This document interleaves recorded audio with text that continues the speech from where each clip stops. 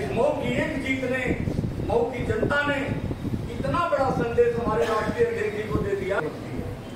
बुढ़ापे की उपलब्धि है।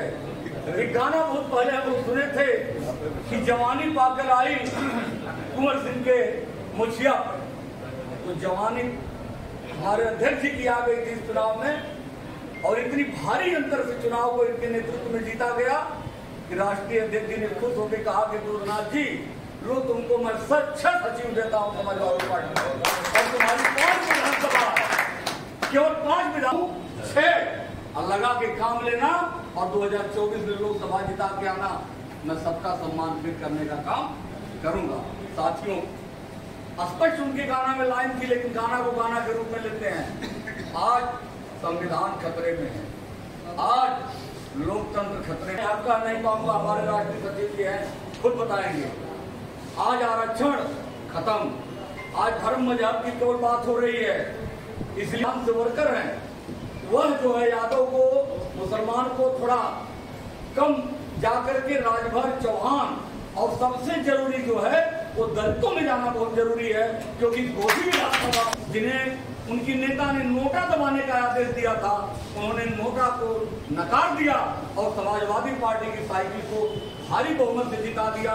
इसलिए साथियों, आज प्रण लेके जाना कि हमको दलित भाइयों के साथ ज्यादा समय बिताना है, उनके घरों पर जाना है, उनको समझाना है और कहना है कि आप हमारे भाई हो। जिस तरह से 93 में हमारा तुम्हारा गठबंधन था और हमारा नारा था कि मिले मुलायम काशी राम, हवा में उड़ गए जय श्री राम, इस बार फिर साथियों आओ, समाजवादी पार्टी में काम करो, अखिलेश यादव को मजबूत करो, फिर हम लोग भाई भाई एक हो जाएंगे और हमारी पार्टी मजबूत हो जाएगी। इसलिए साथियों, दलितों में जरूर जाना। जय हिंद, जय समाजवादी।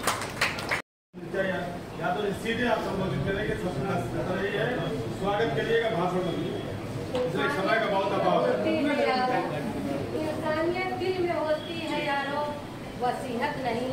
मैं सबसे पहले अपने नेता आदरणीय अध्यक्ष जी, राष्ट्रीय अध्यक्ष जी को बधाई देना चाहती हूँ कि जो मऊ जनपद के जिम्मेदारी को देखते हुए जिम्मेदार साथियों को जिम्मेदारी देने का, पदाधिकारी बनाने का काम किए हैं।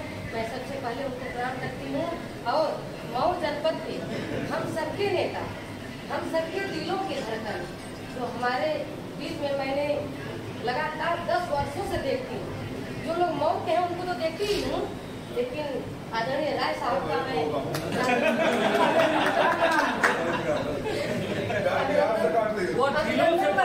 छोड़ा कि मऊ खत्म हो गया और घोषी जिंदा हो। अब पूरे प्रदेश के कोने में कहीं जाइए तो अच्छा घोषी से आया है, वो मऊ में खत्म हो गई। काहे खत्म हो गया? चुनाव का पीरियड था, उस समय हम लोग प्रकाश की तरफ बुरा नहीं कहूँगा। हमारे वरिष्ठ नेता, जिले के कप्तान, जिन समाजवादी पार्टी के राज्य स्तर के पदाधिकारियों के नामांकन पर स्वागत समारोह में आए हैं, उनमें से अगर शुरुआती दौर देखा जाए तो सबसे पहले तो मिले करेंगे, हमने क्या देने के 6 बार दिया जाए। जयप्रकाश जी, नंदू राजभर जी हमारे छात्र जीवन से नेता रहे, राणा भैया, आपने बहुत सारे महीनों में हमारी जीत महत्वपूर्ण रही है, लेकिन 2 मुद्दों पर जो मेरे दिल को छू गई। एक बकबकवा नेता है, बाप बेटा दोनों। जब से हम पिछला चुनाव हुआ था, पूरा पूर्वांचल से पुणे का था, अगर समाजवादी पार्टी की जीत हुई थी तो उन्हीं की वजह से हुई थी, और कंफ्यूज कर दिया था इनकी अपनी बिरादरी के लोगों में। नंदू राजभर जी, आपकी बिरादरी में बड़ा कंफ्यूजन था, मेरे वजह से नहीं, उनके वजह से। ये बात कौन है भाई? इसमें मोदी जी और उस को नहीं भेजेंगे तो मैं अपने बाप का औलाद नहीं, देश मकले से होता उसे नहीं भेजेंगे, अपने बाप का औलाद नहीं। कहा था कि बहुत ही हर्ष का विषय है कि माननीय राष्ट्रीय अध्यक्ष जी, आपके जनपद पर उनकी कितनी महान कृपा है कि जो कह दे रहा है कोई नेता कह दे कि इनको इस पर दे दीजिए, लिख करके दे दीजिए, माननीय राष्ट्रीय अध्यक्ष जी, प्रदेश अध्यक्ष जी उस पद पर सुशोभित करने का काम कर रहे हैं। हमारे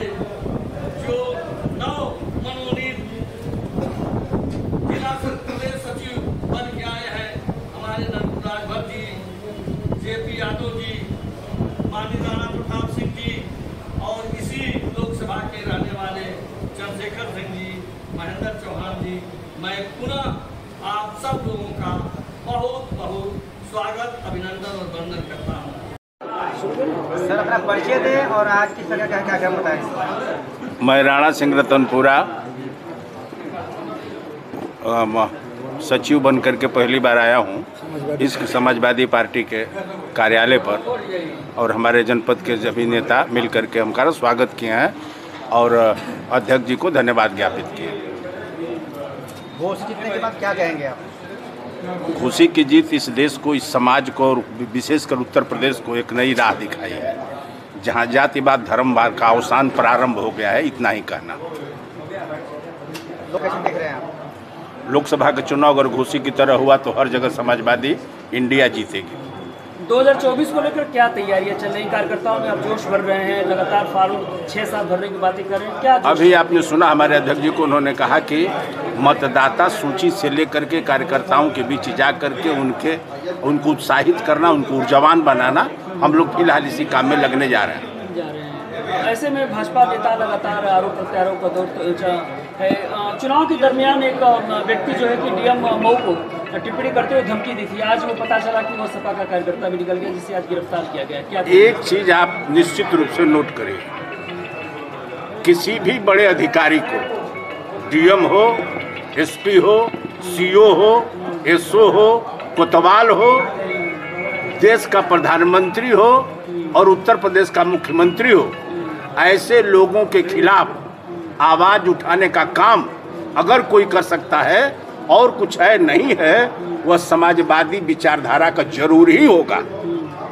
विधुड़ी के बयान को लेकर क्या कहते हैं आप? विधुड़ी का जिस तरह के विधुड़ी जैसे लोगों के बयान पर चर्चा करके ऐसे लोगों का भाव बढ़ाना मुझे उचित नहीं लग रहा है।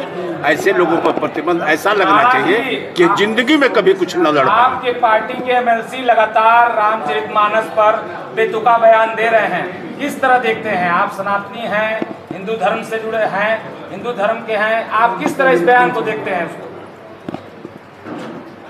हमारे एमएलसी जो बयान दे रहे हैं उनके बारे में हमारे अध्यक्ष जी ने अपनी बात को कह दिया है, उस पर अब हमको अलग से टिप्पणी करना के नाते आपका क्या कहना है उस बयान पर? हमसे एक ये सवाल क्यों नहीं पूछे कि आप पुरुष हैं कि नहीं हैं? आपने हमसे ये सवाल क्यों नहीं? कि आप पुरुष हैं। आपको ये भी पता होना चाहिए कि मैं हिंदू हूँ, मुझको अलग से सर्टिफिकेट। अगर वो टिप्पणी कर रहे हैं, हम फिर अपनी बात, टिप्पणी करने वाला मुसलमान नहीं है।